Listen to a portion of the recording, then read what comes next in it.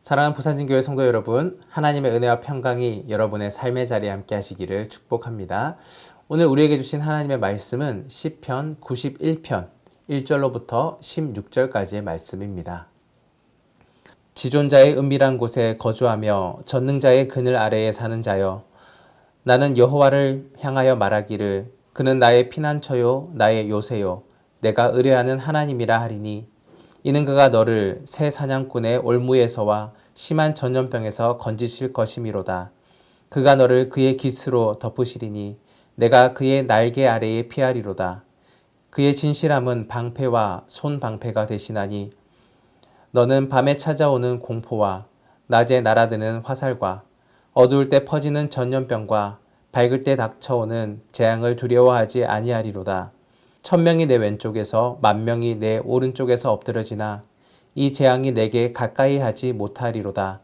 오직 너는 똑똑히 보리니 악인들의 보응을 내가 보리로다. 내가 말하기를 여호와는 나의 피난처시라 하고 지존자를 너의 거처로 삼았으므로 화가 내게 미치지 못하며 재앙이 내 장막에 가까이 오지 못하리니, 그가 너를 위하여 그의 천사들을 명령하사 내 모든 길에서 너를 지키게 하심이라. 그들이 그들의 손으로 너를 붙들어 발이 돌에 부딪히지 아니하게 하리로다. 내가 사자와 독사를 밟으며 젊은 사자와 뱀을 발로 누르리로다. 하나님이 이르시되 그가 나를 사랑한즉 내가 그를 건지리라. 그가 내 이름을 안즉 내가 그를 높이리라.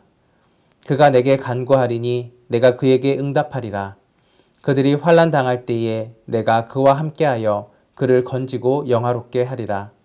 내가 그를 장수하게 함으로 그를 만족하게 하며 나의 구원을 그에게 보이리라 하시도다. 아멘. 오늘 우리가 읽은 시편은 하나님께서는 우리가 의뢰할 존재이시다라는 고백의 노래입니다. 하나님께서는 자기를 의지하며 찾는 자에게 응답해 주시고 또 사랑으로 지키시며 보호하여 주시는 분이라는 것을 알려줍니다. 그리고 동시에 이러한 내가 의지하는 하나님께서 너를 지키시고 보호하여 주실 것이라고 축복하는 노래입니다. 이 시간에 우리는 너를 향한 축복의 노래로서 시편 91편을 함께 묵상하도록 하겠습니다. 첫째, 나와 너는 우리입니다. 나와 너는 우리입니다. 내가 배부르면 남이 배고픈 줄 모른다라는 말이 있습니다. 내가 행복하면 다른 사람이 어떠한 어려움에 있는지 관심을 가지기가 힘듭니다. 그런데 오늘 시편의 시인은 내가 아닌 너에 대한 관심과 너와 함께 하실 하나님에 대해서 노래하고 있습니다. 오늘 시편의 중심은 나의 믿음의 고백이 아니라 너를 향한 축복의 노래입니다. 1절에서 3절 말씀입니다.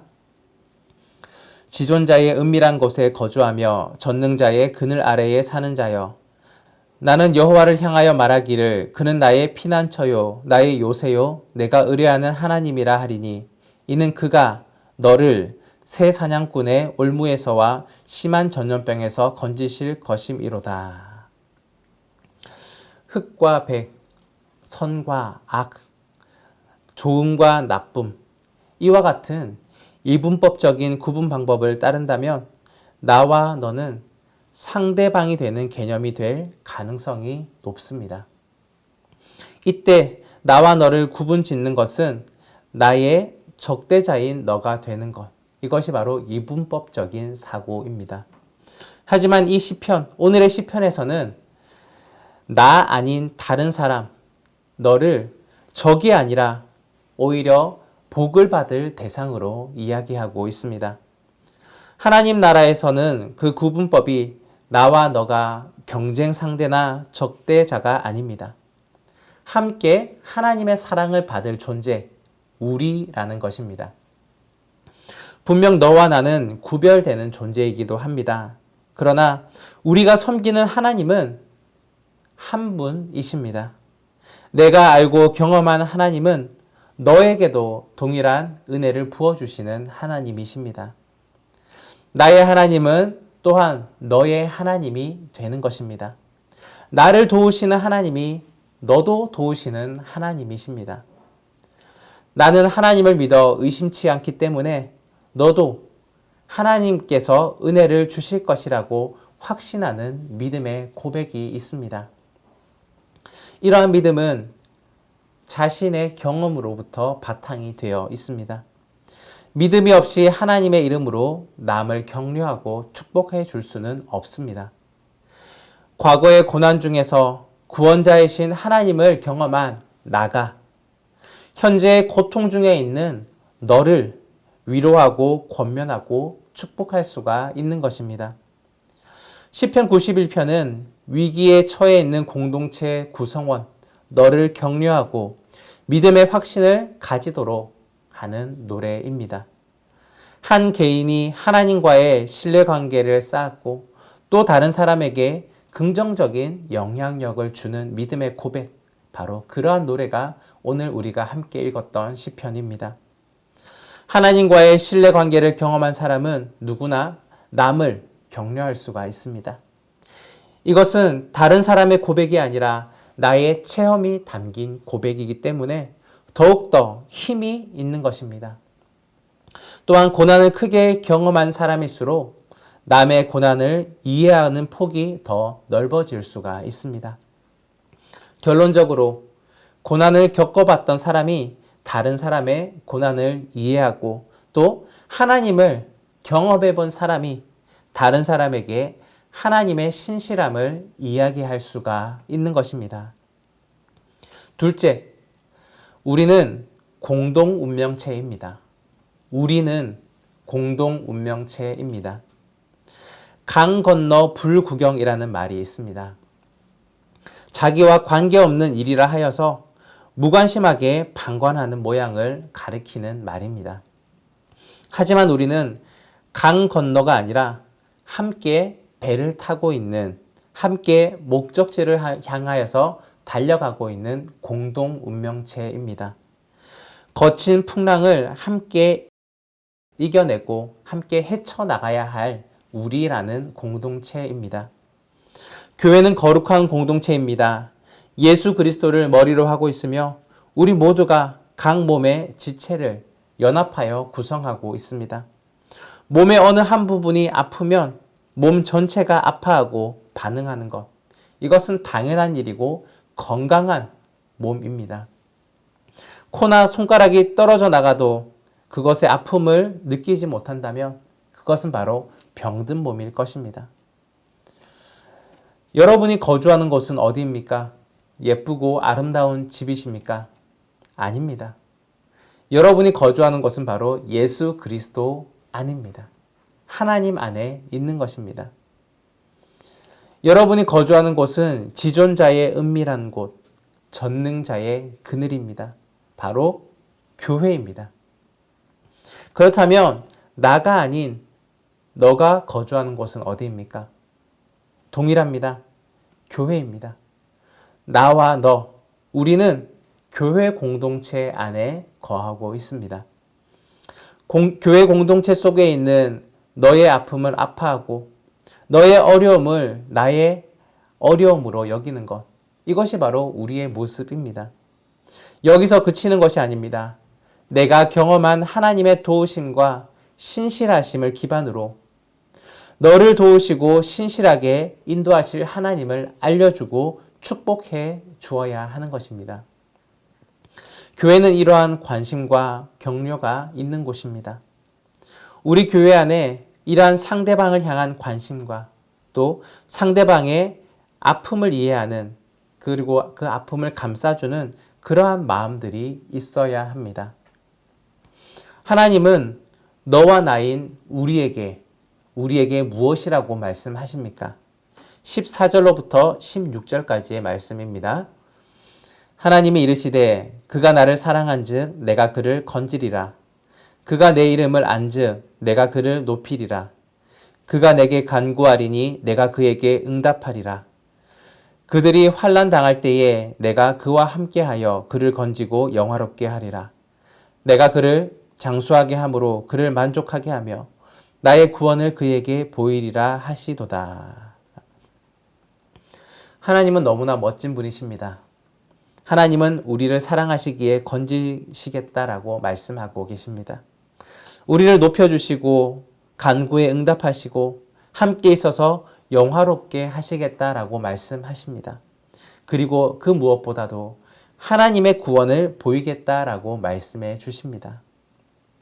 셋째, 바르게 격려하고 축복해야 합니다. 바르게 격려하고 축복해야 합니다. 악한 사탄 마귀는 너와 내가 함께하는 우리라는 아름다운 모습을 싫어합니다. 그래서 그 작은 틈을 파고들어서 우리를 분열시키려고 합니다. 너를 향한 축복과 격려의 메시지를 교묘하게 다른 용도로 사용하며 시험하는 메시지로 바꾸려고 합니다. 11절, 12절 말씀 함께 한번 보겠습니다. 그가 너를 위하여 그의 천사들을 명령하사 내 모든 길에서 너를 지키게 하심이라. 그들이 그들의 손으로 너를 붙들어 발이 돌에 부딪히지 아니하게 하리로다. 방금 읽었던 11절과 12절을 보면 어떠한 장면이 떠오르십니까? 이 말씀은 신약 성경에 기록되어 있는 말씀이기도 합니다.